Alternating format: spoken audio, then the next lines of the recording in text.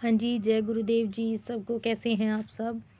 तो आज जो है आपको वाणी नहीं सुनाऊँगी पढ़ के अमृत वाणी में से। आज मैं आपको कुछ और चीज़ दिखाऊँगी जो कि आप सबके लिए बिल्कुल एक अलग है, मेरे लिए भी बहुत अलग थी। ये जो है बुक रैदास रामायण करके, ये जगत गुरु रैदास रामायण महाकाव्य, ऐसा जो है इसका बुक का नाम है। और इसके रचयिता और जो इसका अनुवाद है वो डॉक्टर S.M. सीतम जी ने किया है और सम्यक प्रकाशन की ये जो है बुक है। तो इसके जो रचयिता और अनुवाद हैं वो S.M. सीतम जी ने किया है। ये जो महाकाव्य ग्रंथ है गाजियाबाद जनपद के दलित जाटव लोक कवि मेरे आदरणीय चाचा श्री कृष्णा दास को समर्पित है, जो कि सांग और ढोले के मंचों पर गायन भी किया करते थे। इन्होंने जो है अपने चाचा को जो है ये समर्पित की है बुक। इस बुक को जो है मैं लेके आई हूँ कहाँ से, अपने जो है कांशी, अब गुरु रविदास जियों का जो प्रकाश पर्व था उसके ऊपर मैं गई थी कांशी, और वहाँ से ये जो है बुक मैंने ली थी, एक स्टॉल के ऊपर से खरीदी थी। क्योंकि मैं अक्सर ही गुरु रविदास जियों के जीवन से या जीवनी से रिलेटेड बुक्स जो है खरीदती रहती हूँ। कई बार कई भाइयों ने मुझे बोला भी है कि बहन हमें जो है रैदास रामायण करके ला के दीजिए। मुझे सच में नहीं पता था, मैं लेके आई हूँ पहली बार। जब मैंने इस बुक को पढ़ा है और इसमें जो बातें हैं जो लिखी हुई हैं वो सच में आंखें खोलने वाली बातें हैं। उन ढोंग और पाखंडों का पूरा पूरा खुलासा किया गया है जो कि गुरु रविदास जियों के बारे में फैलाया गया है। जैसे कि माला तिलक लगाना, जैसे कि गंगा को जो है अपनी जो है आराध्य देवी मानना, या अन्य देवी देवताओं को अपना आराध्य मानना, ऐसा गुरु रविदास जियों के बारे में फैलाया जाता है हमेशा से ही। और वही चीज़ों का जो है खंडन इस बुक में किया गया है और बहुत ही आंखें खोलने वाली बातें इसमें बताई गई हैं जो कि आपके साथ मैं शेयर करना चाहूँगी। तो इसके अंदर जो है एक काशी पर्व करके है। काशी पर्व इसमें जब स्टार्ट होता है तो इसमें जो है बताया गया है गुरु रविदास जियों का एक बचपन के आगे की जो बात है, मतलब जो बहुत छोटे शैशवावस्था से थोड़ा सा जब बड़े हुए थे और जब तक वो मतलब समझने लगे थे चीज़ों को, क्योंकि बचपन से ही हमारे गुरु महाराज बहुत ही तेज़ तर्रार और बहुत ही तेज़ बुद्धि के होते थे।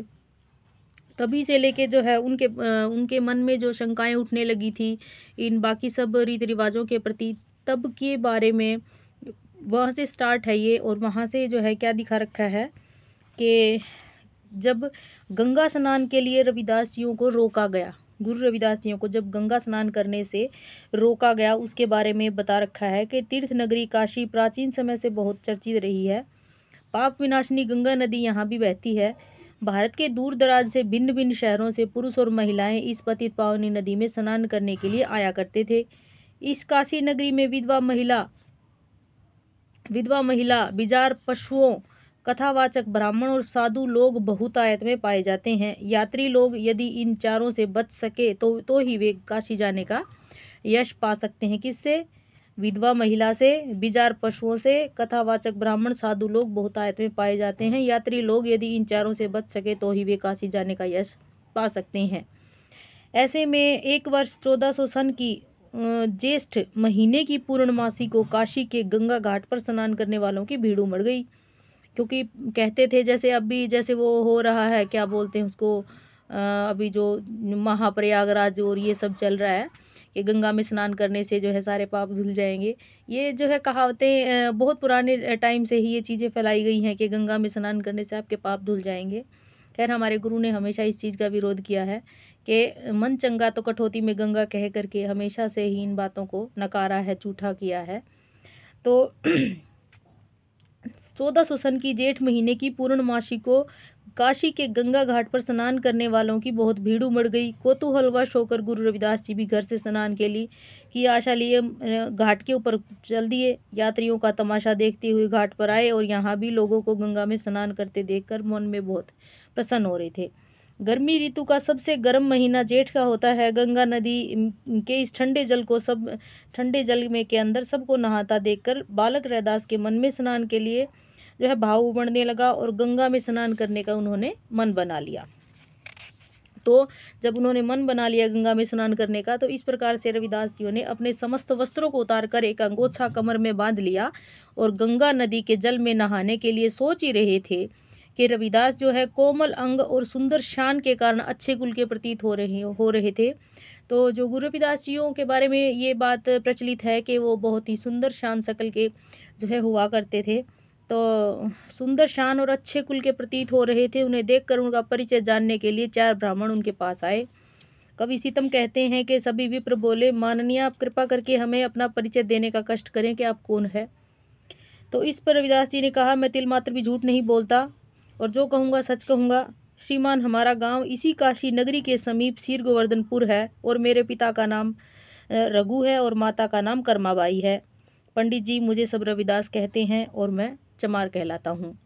रविदास के मुख से जाति का नाम सुनकर विप्रगण क्रोध के कारण आग बबूला हो गए और त्योरियां चढ़ाकर बोले कि तेरे माता पिता ने क्या तुझे ये नहीं समझाया कि गंगा जल में नीच और अछूत लोग स्नान नहीं कर सकते। बालक रविदास ने मधुर वाणी में उत्तर दिया कि श्रीमान, इसमें मेरे माता पिता का तिल मात्र भी दोष नहीं है।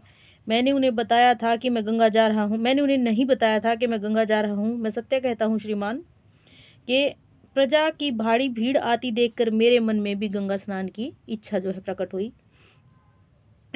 कवि सीतम कहते हैं कि विप्र बोले, अरे प्राण प्रिय जद भाग जा, ओ मूर्ख नादान, गंगा में ना स्नान कर सके सीतम नीच स्नान। अरे मूर्ख नादान बालक, यदि तुझे तेरे प्राण प्यारे हैं तो शीघ्र यहाँ से भाग जा, क्योंकि नीच जाति का व्यक्ति यहाँ स्नान नहीं कर सकता। बाल उवाच न तो ही बोधि, पांडे तुम हु प्रकृति विरोधी। तो गुरु रविदास जी ने ये उत्तर दिया कि पक्षपात बिन मरुत विहारी, जात धर्म न करत विचारी। बालक ने उत्तर दिया कि हे ब्राह्मणों, क्या तुम्हें इतनी भी बुद्धि नहीं है? तुम प्रकृति के स्वभाव को नहीं जानते और विरोधी बातों तुम प्रकृति के स्वभाव को नहीं जानते और विरोधी बातें करते हो। वायु प्राकृतिक है और वो बिना पक्षपात के समस्त क्षेत्र में बहती है। वह जाति धर्म आदि को नहीं देखती। सूर्य बिना पक्षपात के प्रतिदिन उगता है और अपने नियम से हर क्षेत्र को प्रकाशित करता है। ऐसे ही निष्पक्ष होकर चंद्रमा भी आकाश में विचरण करता है, किसी जाति धर्म और इंसान को नहीं देखता और अपनी शीतलता प्रदान करता है। कवि सीतम कहते हैं कि पृथ्वी भी किसी जाति धर्म पक्ष के लिए बिना चलती है और सकल जाति धर्म व्यक्तियों और जीवों का भार अपने ऊपर वहन करती है। ऐसे ही निष्पक्ष होकर नदियाँ और नहरों का जल बहा करता है और सभी जाति और धर्म के व्यक्ति उसका उपयोग कर सकते हैं। विप्र कहने लगे कि तुझे अभी ज्ञान नहीं है, इसीलिए तू नीति विरुद्ध बातें कर रहा है। बालक रविदास कहते हैं कि हे पंडितों, वर्ण जात गढ़ बहु न बाटे, सोए ऊंच नीच अन छाटे। ज्ञान तो तुम मुझे इतना है कि मैं जानता हूँ कि तुमने कितने तेज और चालबाज हो। तुमने बड़ी चतुराई से बहुत इंसानों को वर्णाश्रम में बनाकर अलग अलग बांट दिया है, जिसे स्वयं को सर्वश्रेष्ठ और अन्य सभी को नीचा करार दिया है। आप समझ सकते हैं गुरु रविदास जी जब कितनी छोटी अवस्था में ही इतनी तेज बुद्धि के थे कि उन्होंने उन 4 ब्राह्मणों से टक्कर ले ली थी। उस टाइम अकेले ने, वो एक बच्चा था उस टाइम, लेकिन फिर भी उन्होंने उससे टक्कर ले ली थी उन 4 ब्राह्मणों से कि कैसे जो है बातें वो कर रहे थे, उनकी बातों का विरोध किया था। जैसा तुम मानते हो ऐसा नहीं है। जन्म से सभी इंसान एक समान होते हैं, किसी भी प्रकार की ऊंच नीच नहीं होती। जल, पृथ्वी, अग्नि और वायु द्वारा सभी जीवों को जो है गर्भ में ही, शरीर में ही गर्भ में रचे जाते हैं। एक को नियम सकल संरचना, मादा भूमि मादा जूनी जन्म हो अपना, एक सब मादा एको ही रंग दूधा, फिर बामण अरु का सुदा। पांडे, प्रकृति के नियम के अनुसार सभी जीवों की रचना होती है और एक ही नियम से तथा एक ही द्वार से सबका जन्म होता है। सभी नारियों की छाती से एक ही रंग का दूध निकलता है। फिर आप कैसे स्वयं को ब्राह्मण और हमें शूद्र बताते हो?